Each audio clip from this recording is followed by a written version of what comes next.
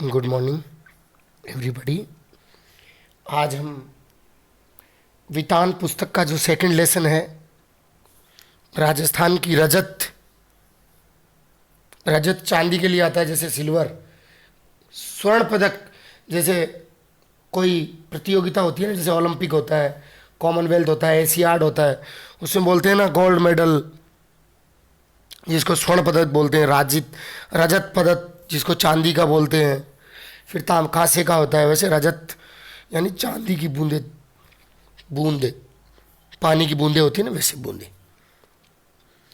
पसीने से तरबतर, पसीना सब जानते हैं, स्वेट से में तरबतर यानी बहुत ज़्यादा पसीना। चेलवांजी कुई के भीतर काम कर रहे हैं। चेलवांजी का नाम है किसी का। कुई होती है, एक तो कुआं होता है जिसको खोदते हैं, एक होता है कुई एक तो जैसे गड्ढा होता है गहरा, 20 फीट, 30 फीट, 40 फीट का गहरा जो गड्ढा खोदते हैं, लगभग 3 फीट उसका चौड़ाई होता है और गहराई डीप मान लीजिए 30 फीट, 40 फीट, ऐसा एक कुई के भीतर काम कर रहा है। कोई 30-35 हाथ गहरी खुदाई हो चुकी है। 35 हाथ मतलब समथिंग 40 फीट्स के समथिंग या 35 फीट्स के समथिंग खुदाई हो चुकी है। अब भीतर यानी अंदर गर्मी बढ़ती जा रही है, बढ़ती ही जाएगी। कुई का व्यास, चौड़ाई, घेरा जो गोल घुमाई है वो बहुत ही संकड़ा है, ज्यादा चौड़ा नहीं है कुई का व्यास। उखरू बैठे चेलवांजी की पीठ और छाती से एक हाथ की दूरी पर मिट्टी है। उखरू बैठे, उखरू यानी घुटनों के बल। अरे जैसे सुबह मॉर्निंग में आदमी फ्रेश होता है तब बैठता है ना, उसको बोलते हैं उकड़ू बैठना। उस अंदाज में बैठे हैं चेलवांजी, और उनकी पीठ यानी उनका पीछे का जो पार्ट है पीठ, और उनका जो आगे का पार्ट है चेस्ट, आगे पीछे एक हाथ की दूरी पर मिट्टी है। इतनी संकड़ी जगह में खोदने का काम कुल्हाड़ी या फावड़े से नहीं हो सकता। खोदने का काम ना तो कुल्हाड़ी से हो सकता है ना फावड़े से हो सकता है। ये खोदने का एक औजार होता है। खुदाई या तो बसोली से की जाती है। बसोली होता है छोटी डंडे का छोटा फावड़े जैसा छोटा जो औजार होता है, यानी खुदाई करने का छोटा नुकीला होता है आगे से। नुकीला फल लोहे का और हत्ता लकड़ी का उसके जो पकड़ने वाला जो होता है वो लकड़ी का होता है, जो खोदते हैं, और आगे से नुकीला यानी तीखा होता है। कुई की गहराई में चल रहे मेहनती काम पर वहाँ की गर्मी का असर पड़ेगा। कुई की जो गहराई है, जो मेहनत का काम है, उसमें गर्मी का असर अंदर पड़ेगा। गर्मी कम करने के लिए ऊपर ज़मीन पर खड़े लोग बीच बीच में मुट्ठी भर रेत बहुत जोर के साथ नीचे फेंकते हैं। गर्मी कम करने के लिए जो ऊपर के लोग हैं, जो लोग खड़े हैं, वो बीच बीच में मुट्ठी भर के रेत की, मिट्टी की, वो ऊपर से नीचे फेंकते हैं। इससे ऊपर की ताज़ी हवा नीचे फिकाती है और गहराई में जमा दम घोटू गर्म हवा ऊपर लौटती है। ऊपर से नीचे मिट्टी फेंकते हैं तो नीचे की जो गर्म हवा है वो तो ऊपर चली जाती है, और जो ऊपर की हवा है ठंडी वो नीचे जाती है। इतने ऊपर से फेंकी जा रही रेत के कण नीचे काम कर रहे चेलवांजी के सिर पर लग सकते हैं, इसलिए वे अपने सिर पर कांसे, पीतल या अन्य किसी धातु का एक बर्तन टोप की तरह पहने हुए हैं। जब ऊपर से मिट्टी फेंकते हैं तो वो मिट्टी लग न जाए सर में, उसके हेड में, उसके लिए क्या कर रहे हैं, वो एक कांसी या पीतल, एल्यूमिनियम या सिल्वर का या पीतल का कोई एक बर्तन है, वो सर पे केप के रूप में उसको बांधे रखा है कि उससे लगे न। नीचे थोड़ी खुदाई हो जाने के बाद चेलवांजी के पंजों के आसपास मलबा जमा हो गया, मिट्टी जमा हो गई, मलबा। ऊपर रस्सी से एक छोटा सा ढोल या बाल्टी उतार दी जाती है, बैकेट उतार दी जाती है, मिट्टी उसमें भर दी जाती है। पूरी सावधानी के साथ ऊपर खींचते समय भी बाल्टी में से कुछ रेत, कंकड़, पत्थर नीचे गिर सकते हैं। टोप इनसे भी चेलवांजी का सिर बचाएगा। जब रस्सी से खींच करके मिट्टी बाहर निकालते हैं तो लेखक कह रहा है कि कुछ मिट्टी गिर सकती है, इससे वो जो टोपी है, जो केप है, वो बचाव करती है। चेलवांजी यानी चेजारो, मारवाड़ी का वर्ड है चेजारा। ये एक्चुअली जो मकान बनाते हैं या जो चिनाई करते हैं, जो खुदाई करते हैं, कुई की जो खुदाई करता है, एक विशेष प्रकार का जो चिनाई करते हैं, जो ईंट से, उसको चेजारो बोलते हैं मारवाड़ी में। ये दक्षतम लोग हैं, यानी बहुत ही ये काम में परफेक्ट होते हैं। यह काम चेजा कहलाता है। ये चेजा हमारे मारवाड़ी का वर्ड है, जो जिसको चिनाई करते हैं, मकान बनाते हैं मान लीजिए, तो वो चिनाई होती है ना, ईंट ईंट ईंट ईंट ईंट रख रख के पत्थरों की, वैसे ही इसकी कुई, जो कुई खुद खोदी जाती है नीचे, उसकी जो चिनाई होती है उसको चेजा कहते हैं। चेजारो जिस कुई को बना रहे हैं वह भी कोई साधारण ढांचा नहीं है। जिस कुई को बना रहे हैं वो भी कोई साधारण ढांचा नहीं है। कुई यानी बहुत ही छोटा सा कुआं। कुआं पुल्लिंग है, कुई स्त्रीलिंग है। जेंडर चेंज है भैया, जैसे पुरुष का महिला, वैसे कुआं का कुई स्त्रीलिंग फीमेल।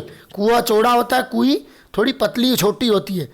यह छोटी भी केवल व्यास में ही है, यानी चौड़ाई में ही छोटी है। गहराई तो इस कुएं की कहीं से कम नहीं है। गहराई तो उतनी है जितनी कुएं की होती है। राजस्थान में अलग अलग स्थानों पर एक विशेष कारण से कुइयों की गहराई कुछ कम ज़्यादा होती है। देखिए, राजस्थान में अलग अलग जगहों पे कुछ स्थान विशेष की वजह से, कुछ पैलेस की वजह से, कुछ स्थान में अलग अलग रीजन्स की वजह से गहराई कम ज़्यादा होती है। कुई एक और अर्थ में कुएं से बिल्कुल अलग है। एक और अर्थ है जिसकी वजह से अलग अर्थ, बिल्कुल अलग है। कुआं भूजल को पाने के लिए बनता है। भू यानी धरती, जल यानी पानी, नीर। भू यानी धरती माता, भूमि, जल यानी नीर, यानी धरती के नीर को पाने के लिए कुआं बनता है। कुआं जमीन से पानी प्राप्त करने के लिए बनता है, पर कुई भूतल से ठीक वैसे नहीं जुड़ती जैसे कुआं जुड़ता है। कुई जैसे जमीन के नीचे के, जमीन के जड़ से जैसे कुआं जुड़ता है ना भूमि से, जमीन के अंदर जो नीचे जल है उससे जैसे कुआं जुड़ता है, वैसे कुई नहीं जुड़ती है। कई वर्षा के जल को बड़े विचित्र ढंग से समेटती है कुई। कुई जो होती है वो जो वर्षा का जल है, बरसात का पानी का, जो ऊपर बादलों से जो बरसात होती है, रेन का जो पानी है, उसको अपने ढंग से समेटती है, यानी अपने अंदर इकट्ठा करती है। तब भी जब वर्षा ही नहीं होती, यानी कुई में न तो सतह पर बहने वाला पानी है, न भूजल है, न तो ऊपर का पानी है और न ही अंदर का। यह तो नेति नेति जैसा कुछ पेचीदा मामला है। मरुधर में रेत का विस्तार और गहराई अथाह है। मरुस्थल में, मरुभूमि यानी रेगिस्तान में, डेजर्ट में रेत का जो विस्तार है और जो गहराई है वो अथाह है, यानी उसका कोई ठा नहीं है, उसको कोई नापा नहीं जा सकता। कितनी मिट्टी है, बहुत मिट्टी मिट्टी है। यहाँ वर्षा अधिक मात्रा में भी हो तो उसे भूमि में समा जाने में देर नहीं लगती। हमारे राजस्थान में चाहे कितनी ही रेनफॉल हो, तुरंत पानी सोख लेती है मिट्टी। पर कहीं कहीं मरुभूमि में रेत की सतह के नीचे प्राय 10-15 हाथ से 50-60 हाथ नीचे खड़िया पत्थर की एक पट्टी चलती है। एक पत्थर है जमीन से 50-60 हाथ नीचे, यानी लगभग 70 फीट नीचे एक पत्थर की एक पट्टी चलती है। यह पट्टी जहाँ भी है काफ़ी लंबी चौड़ी है, पर रेत के नीचे दबी रहने के कारण ऊपर से दिखाई नहीं देती। मिट्टी में दबी रहती है ये एक पट्टी, जिससे कि ऐसे पट्टी है, ये देखो, जो ये कुई है, ये जो चित्र देख रहे हैं आप, ये कुई है। ऐसे क्षेत्र में बड़े कुएं खोदते समय मिट्टी में हो रहे परिवर्तन से खड़िया पट्टी का पता चल जाता है। पट्टी का पता चल जाता है मिट्टी कुआं खोदते समय। बड़े कुओं में पानी तो 150-200 हाथ पर निकल ही जाता है, पर वह प्राय खारा होता है। 150 या 200 फीट के समथिंग पानी निकल जाता है कुओं में, जो कि क्या होता है, जिसमें नमक होता है, साल्ट ये वाटर होता है, खारा होता है, जिसको मारवाड़ी में खारा बोलते हैं, हिंदी में भी खारा बोलते हैं। इसलिए पीने के काम में नहीं आ सकता, वो पीने के काम नहीं आता। बस तब इन क्षेत्रों में कुइयां बनाई जाती है, इसी कारण से इन क्षेत्रों में कुइयां बनाई जाती है। पट्टी खोदने में पीढ़ियों का अनुभव भी काम आता है। पीढ़ियों का मतलब ग्रैंडफादर के फादर, उसके फादर, उनका जो एक्सपीरियंस है वो काम आता है। बरसात का पानी किसी क्षेत्र में एकदम बैठे नहीं तो पता चल जाता है कि रेत के नीचे ऐसी पट्टी चल रही है। अगर बरसात का पानी एकदम से नीचे नहीं बैठे तो ऐसा पता चल जाता है कि रेत के नीचे कोई पट्टी चल रही है। यह पट्टी वर्षा के जल को गहरे खारे भूजल तक जाकर मिलने से रोकती है। जो जमीन में पट्टी है 30 फीट पे, वो जो बरसात का पानी है उसको नीचे जाकर खारे पानी में, 200 फीट पे खारा पानी है ना, उसमें मिलाने से रोकती है।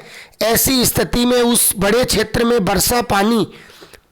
बरसात का पानी भूमि की रेतीली सतह, भूमि यानी धरती की ऊपर, रेतीली यानी मिट्टी की सतह यानी ऊपरी जो ऊपर का भाग है, नीचे चल रही पथरीली पट्टी के बीच अटक कर नमी की तरह फैल जाता है। तेज पड़ने वाली गर्मी में इस नमी की भाप बनकर उड़ जाने की आशंका उठ सकती है, यानी भाप बनकर के ऊपर उड़ जाने की आशंका उठ सकती है। पर ऐसे क्षेत्र में प्रकृति की एक और अनोखी उदारता काम करती है। ऐसे क्षेत्रों में प्रकृति की एक और उदारता, यानी प्रकृति का एक ऐसा, ये मान लीजिए उपकार है, उद्धार है कि रेत के कण बहुत ही बारीक होते हैं। वे अन्यत्र यानी दूसरी जगह मिलने वाली मिट्टी के कणों की तरह एक दूसरे से चिपकते नहीं हैं। जो मिट्टी के कण हैं वो एक दूसरे से चिपकते नहीं हैं। जहाँ लगाव है वहाँ अलगाव है। लगाव यानी जहाँ, इसका मतलब ये है जहाँ प्रेम होता है वहीं अलगाव होता है, यानी दूरी होती है। जिस मिट्टी के कण परस्पर चिपकते हैं वे अपनी जगह भी छोड़ते हैं। जहाँ मिट्टी के कण हैं वो आपस में चिपकते हैं, वहाँ वह अपनी जगह भी छोड़ते हैं और इसलिए वहाँ कुछ स्थान खाली छूट जाता है। जैसे दोमट या काली मिट्टी, ये एक मिट्टी के प्रकार है, इनको इंग्लिश में क्या बोलते हैं आई डोंट नो। काली मिट्टी यानी ब्लैक सॉइल, दोमट मिट्टी के क्षेत्र में गुजरात, मध्य प्रदेश, महाराष्ट्र, बिहार आदि में वर्षा बंद होने के बाद धूप निकलने पर मिट्टी के कण चिपकने लगते हैं और धरती में, खेत और आंगन में दरारें पड़ जाती हैं। यह इन स्टेट का एग्जाम्पल दिया है कि जब बारिश आती है और धूप निकलने के बाद बरसात जब बंद हो जाती है तो जो मिट्टी के जो कण हैं बारीक बारीक, बहुत छोटे छोटे, वो धरती में और खेत और आंगन में दरारें पड़ जाती है। धरती की संचित नमी इन दरारों की गर्मी पड़ते ही वाष्प बनकर, भाप बनकर वापस वातावरण में लौटने लगती है। पर यहाँ बिखरते रहने के में ही संगठन है। मरुभूमि में रेत के कण समान रूप से बिखरे रहते हैं, यानी जो मिट्टी के कण हैं वो मरुस्थल की जो भूमि है वहाँ पे बिखरे रहते हैं। यहाँ परस्पर लगाव नहीं, इसलिए अलगाव भी नहीं होता। यहाँ ना तो लगाव होता है ना अलगाव होता है। पानी गिरने पर कण थोड़े भारी हो जाते हैं पर अपनी जगह नहीं छोड़ते हैं। जब पानी बरसात का गिरता है तो जो मिट्टी के कण हैं वो भारी हो जाते हैं, लेकिन धरती पे दरार नहीं पड़ती है। दरार मतलब एक तरह से एक लंबी लाइन की तरह गड्ढा सा पड़ जाना, जैसे यहाँ पे दरारें पड़ती है ना। अरे जब आप स्पोर्ट्स में खेलते हैं यहाँ पे ग्राउंड में, तो ज़्यादा बारिश होती है तो बारीक बारीक एक लाइन सी ज़मीन पे पड़ जाती है, उसको बोलते हैं दरारें। भीतर समाया वर्षा का जल भीतर ही बना रहता है, एक तरह थोड़े नीचे चल रही पट्टी इसकी रखवाली करती है। भीतर यानी अंदर। हमारे जो राजस्थान में बरसात होती है वो अंदर चला गया जल, वो भीतर ही बना रहता है। जो नीचे जो पट्टी है 30 फीट पे, वो इस पानी की रखवाली करती है। तो दूसरी तरफ ऊपर रेत के असंख्य कणों का कड़ा पहरा बैठा रहता है, और ऊपर रेत के असंख्य कणों का जो पहरा है वो रहता है। इस हिस्से में बरसी बूंद बूंद रेत में समाकर नमी में बदल जाती है। यहाँ कुई बन जाए तो उसका पेट, उसकी खाली जगह, चारों तरफ रेत में समाई नमी फिर से बूंदों में बदलती है। बूंद बूंद रिसती है और कुई में पानी जमा होने लगता है। जो कुई बनाते हैं, जो चारों तरफ का पानी होता है वो कुई में भरने लगता है। खारे पानी के सागर में अमृत जैसा मीठा पानी, खारे पानी के समुद्र में जैसा अमृत होता है वैसा मीठा स्वीट पानी होता है। इस अमृत को यानी इस पानी को पाने के लिए मरुभूमि के समाज ने खूब मंथन किया, खूब इस पर सोच विचार किया, अपने अनुभवों को व्यवहार में उतारने का जो अपने एक्सपीरियंस है उसको वर्किंग में उतारा, पूरा एक शास्त्र विकसित किया। देखो पिक भी दे रखी है, ये पानी इकट्ठा हो रहा है यहाँ पे, ये देखिए।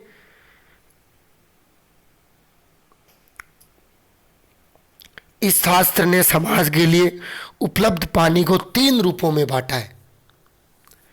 इस पानी को 3 पार्ट्स में डिवाइड किया गया है। पहला रूप है पालर पानी, यानी डायरेक्ट बरसात का पानी, बरसात से मिलने वाला पानी। यह धरातल पर बहता है, यानी धरती के ऊपर जब बरसात होती है तो बहता है, और इसे नदी तालाब आदि में रोका जाता है। यहाँ आदि शब्द में भी बहुत कुछ छिपा है, उसका पूरा विवरण आगे कहीं और मिलेगा। आदि शब्द में रोका जाता है, आदि शब्द में रोका जाता है मतलब ये जो कुई है इसमें भी पानी को रोका जाता है बरसात के को। ये आगे बताएगा, आगे उसका एक्सप्लेन ज़्यादा करेगा। पानी का दूसरा रूप पाताल पानी कहलाता है, जमीन का, नीचे का। यह वही भूजल है जो कुओं से निकाला जाता है। दूसरा रूप यह है, पहला रूप तो यह डायरेक्ट पालर पानी किसको बोलते हैं, डायरेक्ट जो बरसात का पानी है वो। दूसरा यानी पाताल का पानी, नीचे जमीन का पानी जो कुओं के द्वारा निकाला जाता, कुआं खोद करके। पालर पानी और पाताली पानी के बीच पानी का तीसरा रूप है रेजानी पानी। धरातल के नीचे उतरा, जमीन के नीचे तो गया लेकिन पाताल में नहीं मिल पाता है, वह पानी क्या कहलाता है, रेजानी।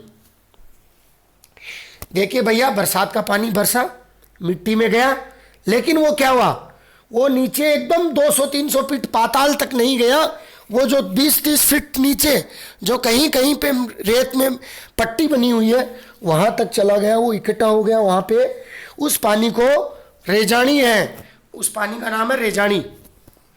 वर्षा की मात्रा नापने में भी इंच या सेंटीमीटर नहीं बल्कि रेजा शब्द का उपयोग होता है। वहाँ पे रेजा शब्द का उपयोग होता है। हमारे रेजा का माप धरातल पर हुई वर्षा को नहीं, धरातल में समाई वर्षा को नापता है। धरातल के ऊपर वर्षा होती है उसको नहीं नापता है। जमीन में कितने फीट तक पानी गया उसको खोदते हैं, नीचे अगर सूखी मिट्टी निकल गई वहाँ तक नाप लेते हैं कि यहाँ तक पानी गया है। मरुभूमि में पानी इतना गिरे कि 5 अंगुल भीतर समा जाए तो उस दिन की वर्षा को 5 अंगुल रेजो कहते हैं। मरुस्थल में जब जैसे पानी गिरता है तो पानी जब बरसात रुक जाती है तो मिट्टी खोदते हैं। मिट्टी खोदते हैं, जैसे ही मिट्टी सूखी आ जाती है वहां से ऊपर ऊपर अंगुलियों से नापते हैं। जैसे 5 अंगुली आई तो 5 रेजा बरसात उसको बोलते हैं हम। 10 अंगुली हुआ तो 10 रेजा। रेजानी पानी खटिया पट्टी के कारण पाताली पानी से अलग बना रहता है। ये जो रेजानी पानी है वो पट्टी के कारण से जो जमीन के 300 फीट जो पाताल का पानी है उससे अलग बना रहता है। ऐसी पट्टी के अभाव में रेजानी पानी धीरे धीरे नीचे जाकर, ऐसी पट्टी के अभाव में जो रेजानी पानी है वो धीरे धीरे नीचे जाकर पाताली पानी में मिलकर अपना विशिष्ट रूप खो देता है। ये जो रेजानी पानी है वो पाताली पानी में जब तक पहुंचता है तब तक जो अपने मूल रूप में, जैसा बरसात से जैसा आता है वैसा उसको खो देता है, मूल रूप को खो देता है। यदि किसी जगह भूजल यानी धरती का जल पाताली पानी खारा है तो रेजानी पानी भी उससे में मिलकर खारा हो जाता है। अगर जमीन के नीचे का पानी 33 सागर के अवशेष है, भैया रेगिस्तान के अंदर जो पानी है वो खारा है। वो किसकी वजह से है कि आज से 50,000 1 लाख साल पहले जब ये धरती बनी हुई थी तब वहाँ पे समुद्र था, और जब ये धरती 4 भागों में डिवाइड हुई, अंगारा लैंड, गोंडवाना लैंड और 33 सागर, उधर समुद्र था जहाँ अब रेगिस्तान है, वहाँ 33 सागर के अवशेष यानी कुछ चिन्ह मिलते हैं। जो पानी है वो 33 सागर की वजह से खारा है, जमीन के नीचे का पानी जो रेजानी पानी में मिलकर उसको भी खारा बना देता है। इस विशिष्ट रेजानी पानी को समेट सकने वाली कुई बनाना सचमुच एक विशिष्ट कला है। देखिए, इस जो रेजानी पानी है इसको अपने अंदर समेटने के लिए कुई बनाना एक प्रकार की विशिष्ट कला है। 4-5 हाथ के व्यास की कुई को 30 से 65 हाथ की गहराई तक उतारने वाले चेजारो बनाने वाला कारीगर कुशलता और सावधानी की पूरी ऊंचाई नापते हैं। जो बनाने वाला होता है वो बहुत ही केयरफुली बनाता है। चेजो यानी चिनाई का श्रेष्ठतम काम कुई का प्रमाण है। इसमें थोड़ी सी भी चूक चेजारों के प्राण ले सकती है।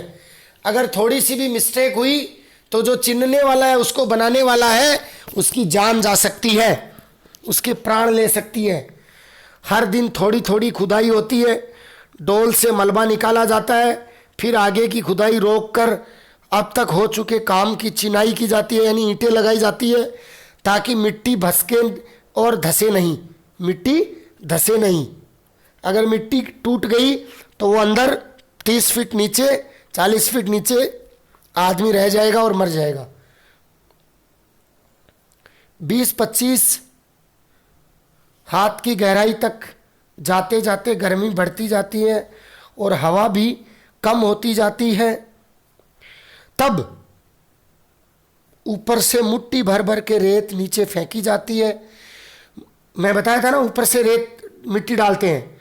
मरुभूमि में जो हवा रेत के विशाल टीलों तक को वहाँ से उड़ा देती है, वही हवा यहाँ की कुई की गहराई में एक मुट्ठी रेत उड़ने लगती है और पसीने में नहा रहे चेलवांजी यानी चेजारा चिनने वाला को राहत दे जाती है, यानी उसको गर्मी से थोड़ी रिलीफ मिलती है। कुछ जगहों पर कुई बनाने का यह कठिन काम और भी कठिन हो जाता है। किसी किसी जगह ईंट की चिनाई से मिट्टी को रोकना संभव नहीं हो पाता, तब कुई को रस्से से बांधा जाता है। मिट्टी की चिनाई से रोक नहीं पाते इसलिए रस्से से बांधा जाता है।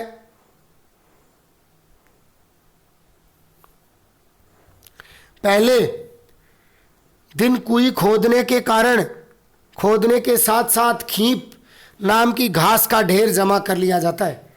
खींप है, उससे एक प्रकार की घास होती है राजस्थान में, रेगिस्तान में, जिसके रेशे से रस्सी बनाई जाती है। चेजारा खुदाई शुरू करते हैं और बाकी लोग खींप की घास से कोई 3 अंगुल मोटा रस्सा बंटने लगते हैं। 3 अंगुलियों जितना मोटा रस्सा बनाते हैं। पहले दिन का काम पूरा होते होते कोई 10 हाथ गहरी हो जाती है। इसके तल पर दीवार के साथ सटाकर रस्से का पहला गोला बिछाया जाता है और फिर उसके ऊपर दूसरा, तीसरा और चौथा।